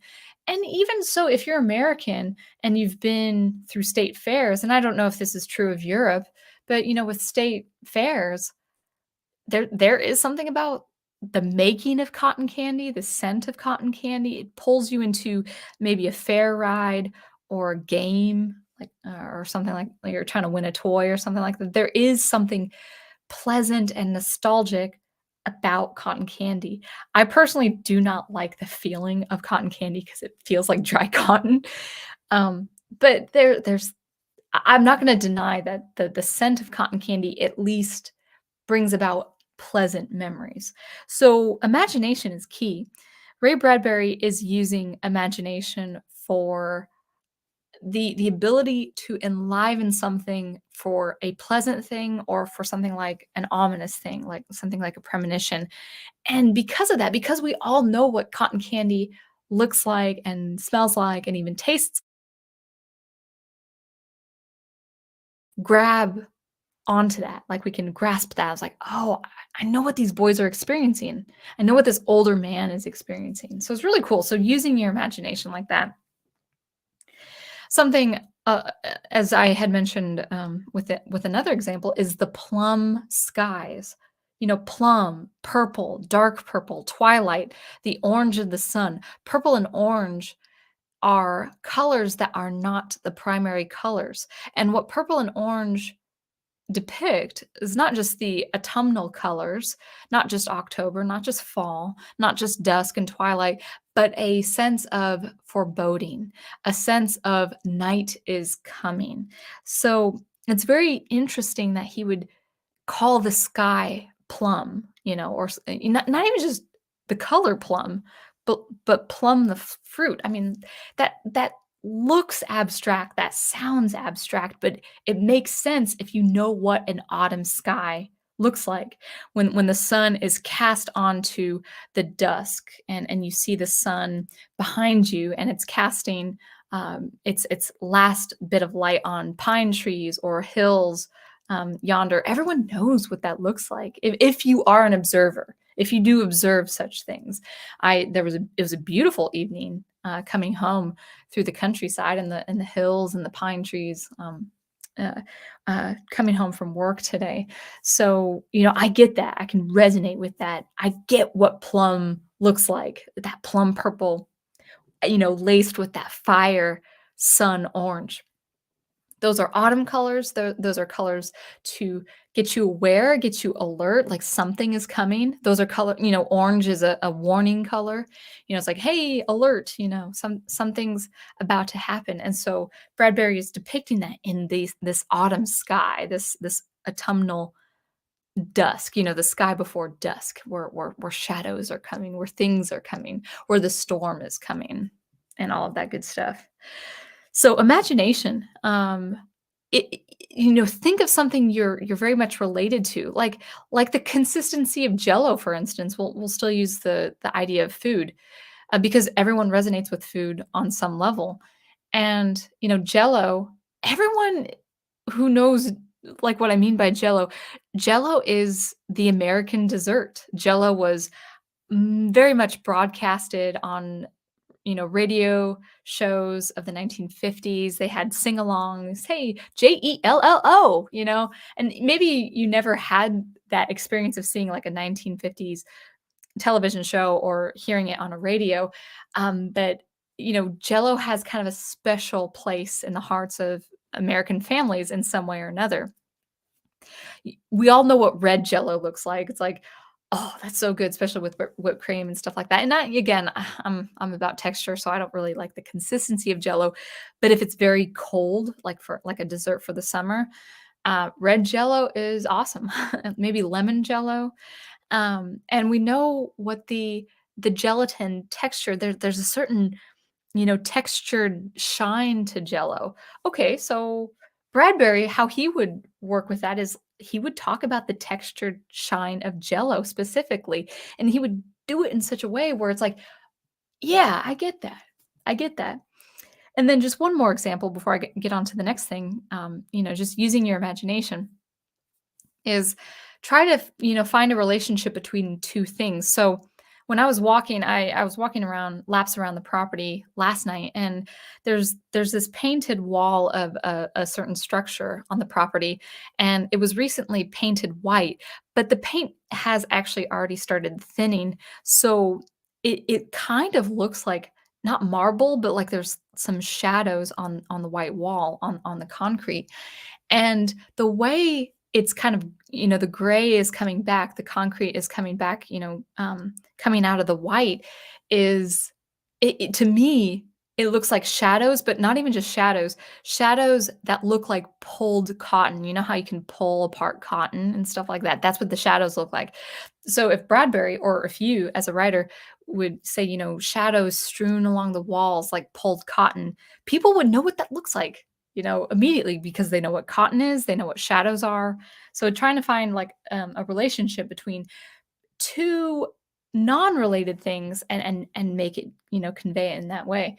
And so imagination, just really up the ante in your description. Ray Bradbury in his lecture was all about metaphors. He loves metaphors. And I would have writing professors and maybe prof, I don't know where you actually are on this. On the one hand, I would say don't overdo it, but I have heard people say, "Don't write similes, don't write metaphors," and I get it. If you make it like a, um, too much of an exercise and if it's a little redundant, yeah.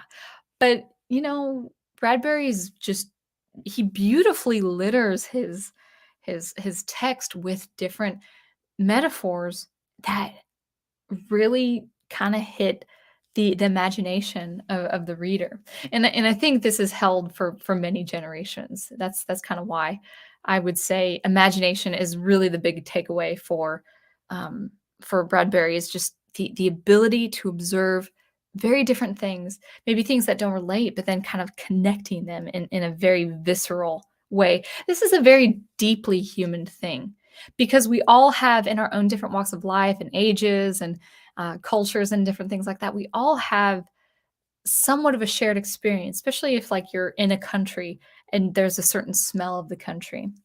Something, if I ever wrote, kind of going on a tangent, I'll get to the next thing soon.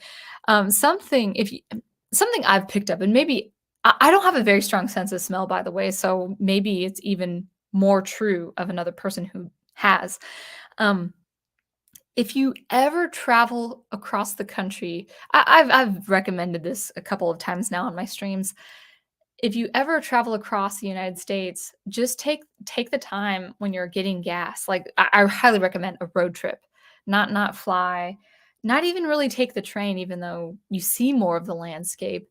But if you have the ability to take 3 or 4 days just traveling the states, you know, take the time to when you get out of your car to smell the state you're in.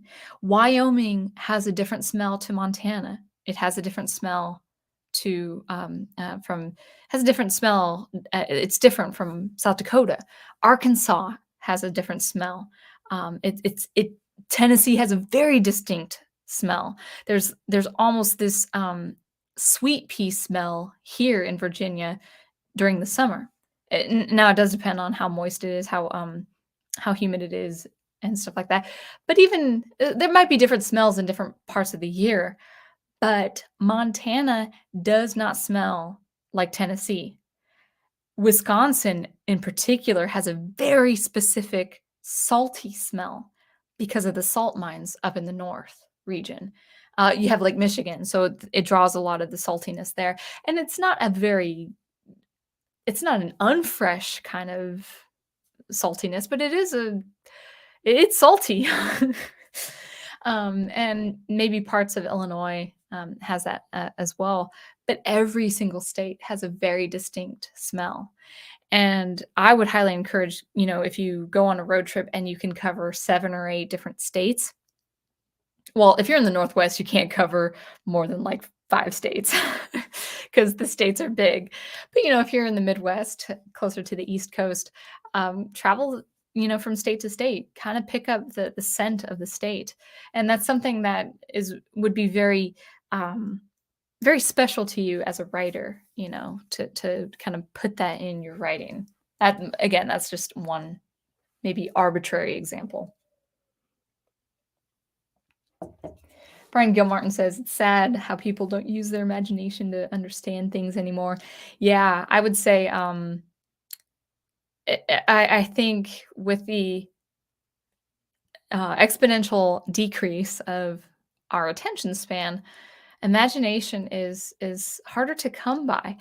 I've mentioned this before too. We'll talk a little bit, just a tiny bit more about imagination, then go on to the next thing. I really highly value introspection. And I remember talking about this a few years back with my grandmother. No one daydreams anymore. Or if they do daydream, it's rare or it's not talked about. I'm not saying start a movement and be an activist for daydreaming, but I would say, and if there is daydreaming, it's kind of artificial. Like, I'm not saying, especially as an adult, I'm not saying, "Oh, I'm gonna pretend to be a unicorn." It's not that kind of daydreaming.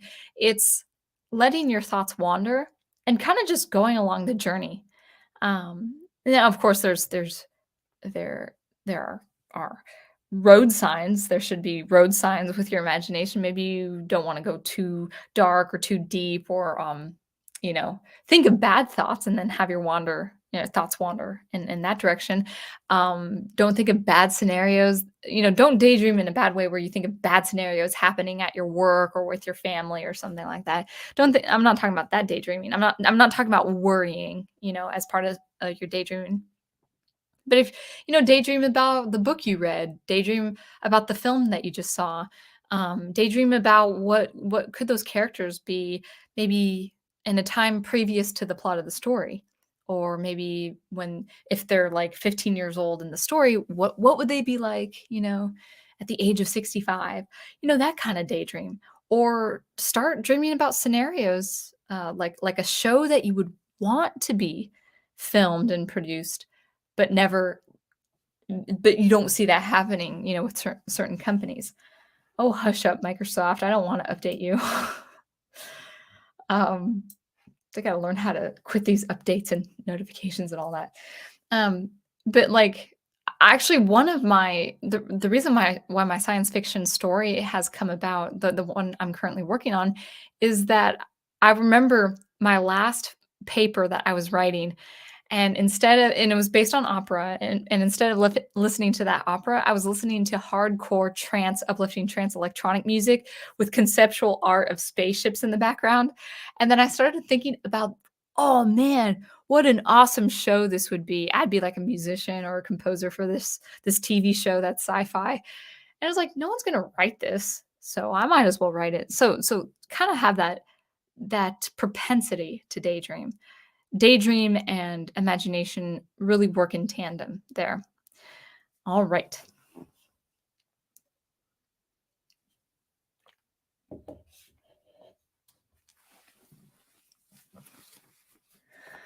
All right. So, real quick, let's talk about the final thing, the last remaining thing, the big takeaway from Ray Bradbury.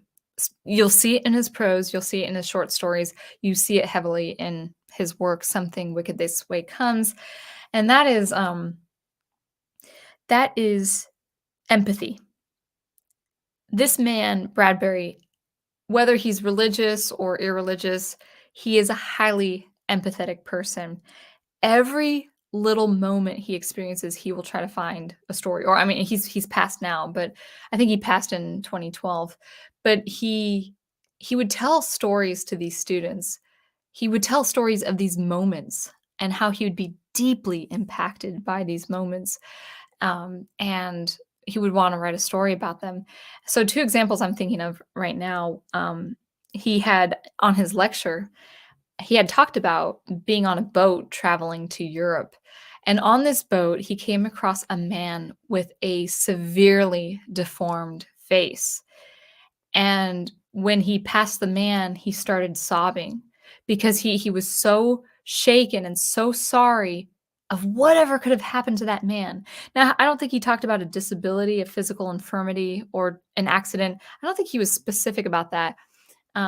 But his the man's face was severely misshapen. So whether that was a physical infirmity that was hereditary or whether it was an accident, maybe he was just I think he described the face as if someone pushed him in a furnace and he had been burned severely.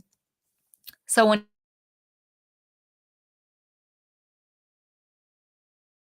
wrecked by whatever could have happened to this man.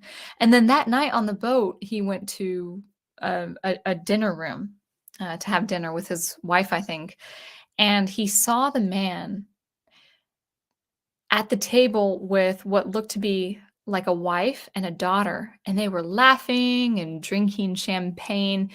And Bradbury noticed he saw he saw that that face wasn't there. That deformed face in front of the man's wife and the man's daughter wasn't there because that's what love does. And then he cried a second time. Now, what an amazing story. Now, I don't know what story he might have I didn't catch if he had written a story based on that man. But he wanted to write something based on that experience, like have a protagonist with, some physical infirmity or something. That's what I mean by empathetic is that something really should move you about a person or about society. We all if you are a writer, especially with fiction and especially involving heroes, but at the very least involving a collective society, like a city or a country or, a group of people, we really should be deeply empathetic creatures. We should want the best for the characters in the stories. We should want the best for people in general.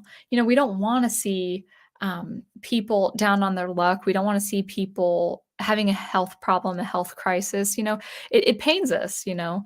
And Bradbury is very much he homes in. He's almost like a people watcher, but not in a bad way.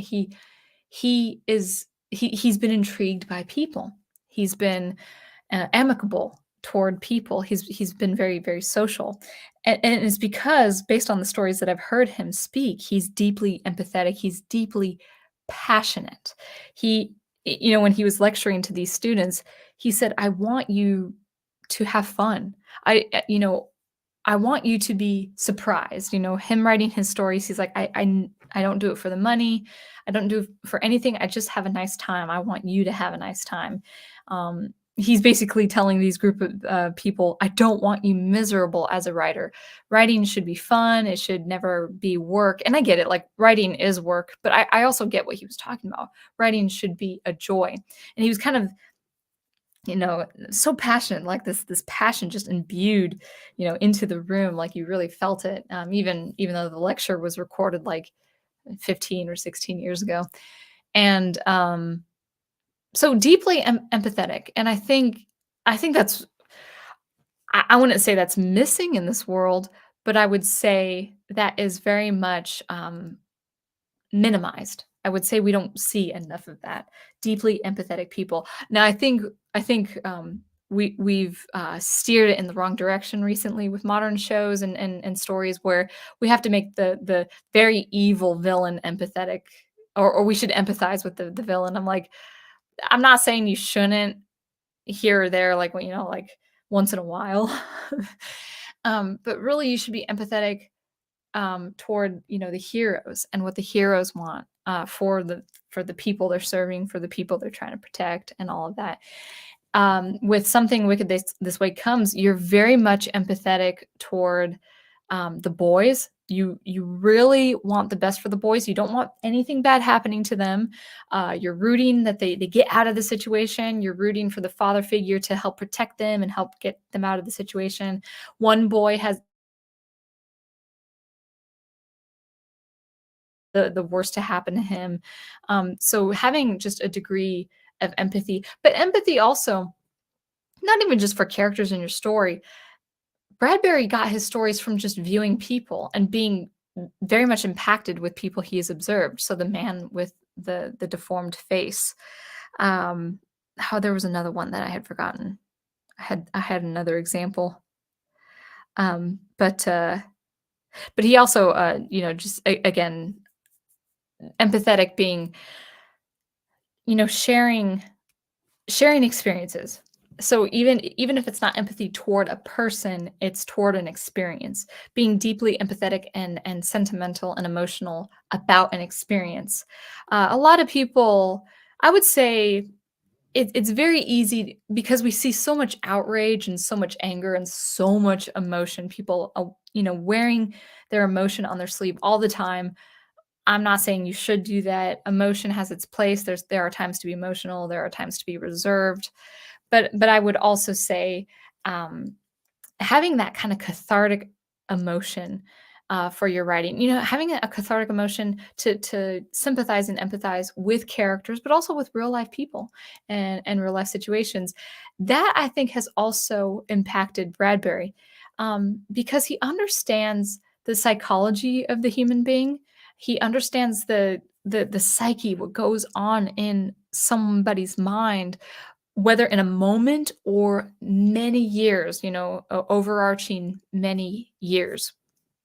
Very, very important that you can resonate with the cognition and emotion. So both the cognition and the emotion. So both the logical and the emotional of a person.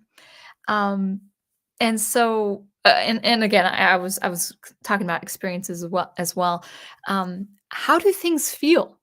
When you walk into a Thanksgiving meal, like not walking to a meal, walking into a home that is a home of love and order and peace, and knowing that even if the Thanksgiving meal is small, it's done in peace. Or maybe some people have a very sad reaction to Thanksgiving. Maybe Thanksgiving has always been dysfunctional. Maybe it's always been sad.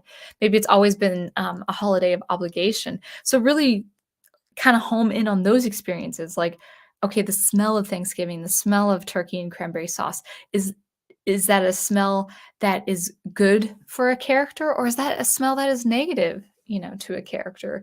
So even homing in on maybe not a specific person or a specific group of people, but a very, very specific experience. That is absolutely key for a writer. And I think that's why Bradbury, even with stories that he's written and published in the 40s and in the 50s and in the 60s, it's like, I get it. I get what you're saying, decades ago. I know exactly what you mean. Everyone, like one phrase, and we'll go back into the chat pretty soon. One phrase or maybe one idea that everyone can relate to in some way, maybe not specifically, but the smell of grandma's house. Now, maybe you didn't have a grandmother. Maybe you had an aunt's house, or maybe a kind of a surrogate grandmother. Maybe you went to an elderly neighbor, or some matron or some matronly woman, um, or even a younger woman. But like you go to a specific person's house, and it's got that smell, and maybe it's not always a good smell. But it's an endearing smell. Like, people can always relate to, like, this endearing, very specific smell. Maybe it kinda has, like, a tanginess to it, or, it pinches your nose in a certain way, but everyone has that very specific smell of some relative's house. People, if you say grandmother's house, people are like, "Oh, yeah, that's what my grandmother's house smelled like," and stuff like that. So anyway, not just empathy to a person or a group of people, but also empathy toward an actual experience, because we actually do share very much different experiences. things like riding the bus, things like going to the voting booth. I mean, very specific experiences that you can actually enliven in your work. Now, one last example that I would say, just to add on to that, is the library. I love the look, the feel, the smell, the wonder, and the terror of the library. I've been in college libraries. I was a student librarian, and I would work in college libraries. I have been I've been in libraries when they have been full. I actually Suzzallo Library from the University of Washington kind of looks like Harry Potter. It looks really cool. If you look up Suzzallo Library, you'd see what I mean. I've been in Suzzallo Library. I've been in the music library.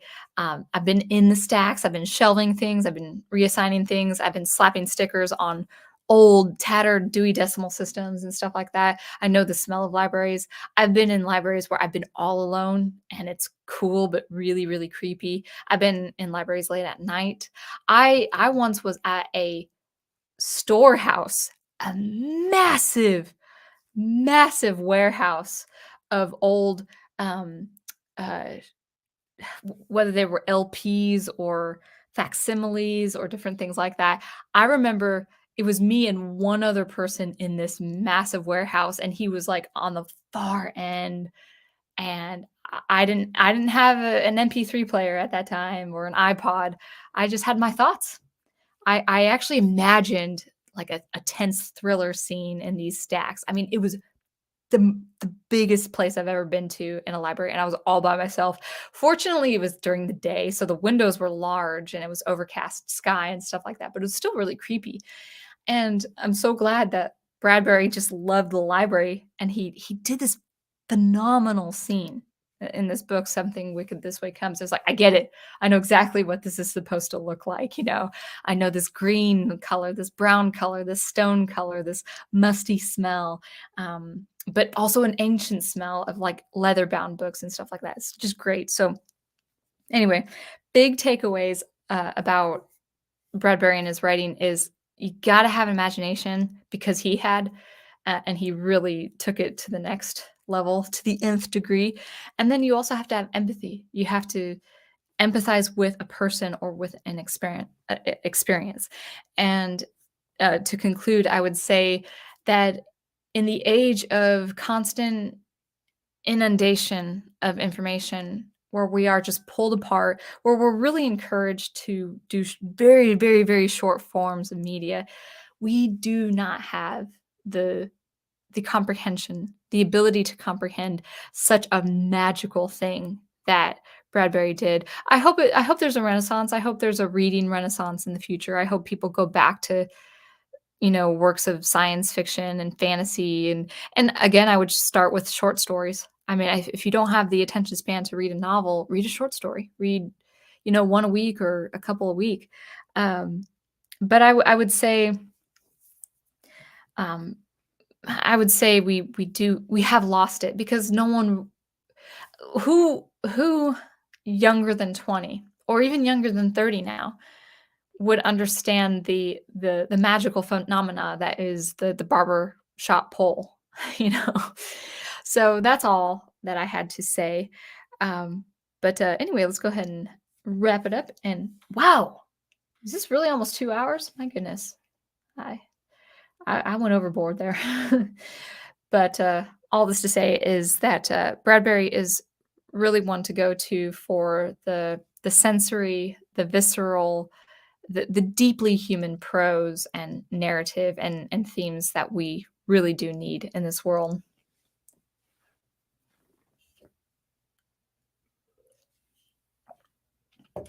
Brian Gilmartin says, I've said before that people's need to see themselves in fiction comes from a lack of empathy. Yeah, perfectly put. Yeah, that's good.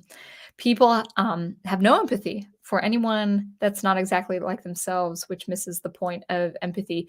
Yeah, I mean, we are getting pretty long in this stream, but I might do a full-fledged review of Something Wicked This Way Comes for another stream. Um, it'd probably still be non-spoiler, but there's a lot to take. Excuse me, there's a lot to take out of. The first thing is I'm a woman in my mid 30s, and the protagonists of this book are coming of age boys. He really goes into the boys' psychology with this book. I didn't grow up a boy.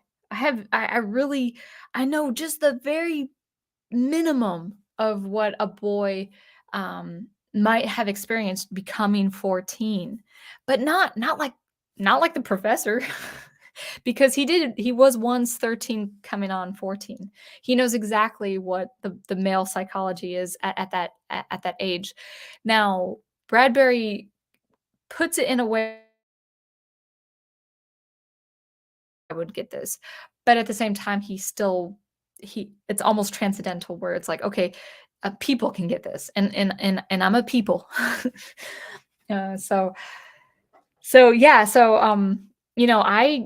I if you're talking about representation, these are 14-year-old boys in a Midwest town in the 1960s. Okay, so I didn't have that.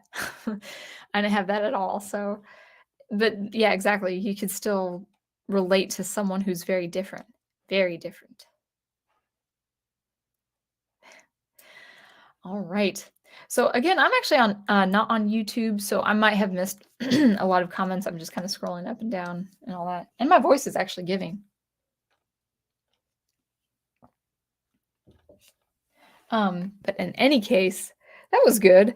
I might even cut that last segment out because I didn't really see any interruptions, and it was probably the most concise as it had been. So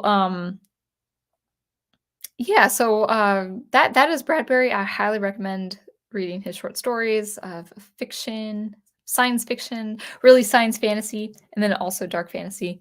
Um, if elements of horror are very well written and they're not so over the top, I think I can stomach it because I really did appreciate so much of that story. Yeah, I might do a full-fledged review of that book alone, if I think about it. So anyway, excuse me. It is getting late, and so I think I will wrap it up right at the 2-hour mark. So what's on the dock? Probably just more streaming next Monday. I haven't decided on the topic. Actually, kind of be on the lookout for more science fiction stuff. I might go back to Asimov, and I have 2 ideas of his that I would like to talk about with science fiction. Either I might even put it to a poll, but, it's either his, I would have to reread a short story of his, to do this topic.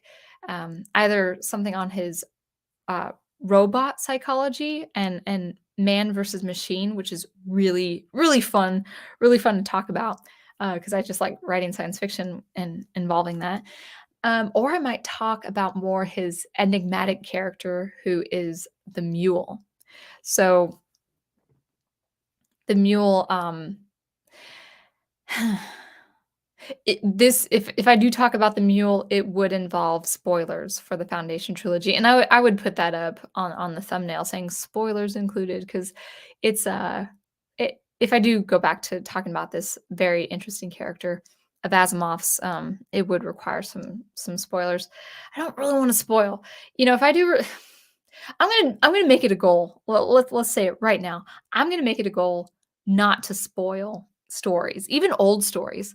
If I ever read new science fiction that I really like, that I've give 4 to 5 stars, I would do my darndest not to spoil because I don't want to deprive anyone from enjoying the revelations themselves. People could say, well, they don't have to watch your stream or they don't have to watch your video, but I think I noticed with and the professor and I were talking about it too. In his recent book studies, I had just been too busy actually reading my own stuff. But the last couple of Star Wars EU books that he had reviewed, that he just kind of from the engagement he got, it was pretty evident that a lot of people were just listening along and not reading the books themselves. I had read the entire Thrawn trilogy, so really enjoyed the review of that. But a lot of people were just kind of hanging out, which is not bad. It's fine to hang out, but I get where the prophet was feeling like, well, I want people just to read for themselves. So maybe if he does a book review, it would actually be a review without any spoilers. Why the book is good, what are the strengths of the book. I don't know if he would do that for his channel, but that's actually it got me thinking I'd like to do that for my channel. Some sci-fi books that are classics and talking about the classics. I will say, I'm going to say this right now. I'm saying this so I remind myself, just in case I catch the replay and see if it has been buggy and stuff like that. I'm going to do my hardest. I'm going to try my hardest to not spoil anything on book reviews. If I do deep analyses of reviews, I think I can not circumvent, what's the right word? um, skirt around the spoilers. Um, if I find in my notes that I would have to spoil, then maybe I would, but I'm gonna try not to. I'd like to. That'd be a fun exercise to talk about why you should read that book. So maybe I would start with either Asimov short stories, um, or dude, if I do a character analysis of the mule, that might spoil. So go read the Foundation trilogy. Just the 3 books. You don't have to read any of the other series to get what I mean. But something like Something This Wicked Way Comes, I would say, yeah, I should do my best to just kind of entice you to read it because it really, even as a slow reader, it took me about 3 solid nights to get through it. So if you've got 3 solid nights where you can just, stay up late, read for a few hours, then it's a good work. So that I will say wraps it up. Just be on the lookout for streams. I will definitely keep you updated, guys, on my computer. My 2 weeks of woe, or woes plural, hopefully has. I hope it's concluding. Um, my very buggy stream kind of makes me nervous, but maybe that's just strictly the internet connection. I hope. I hope. But until I see you next, guys, always keep producing, preserving, and promoting the good art you love, and I will catch you later. Thanks again.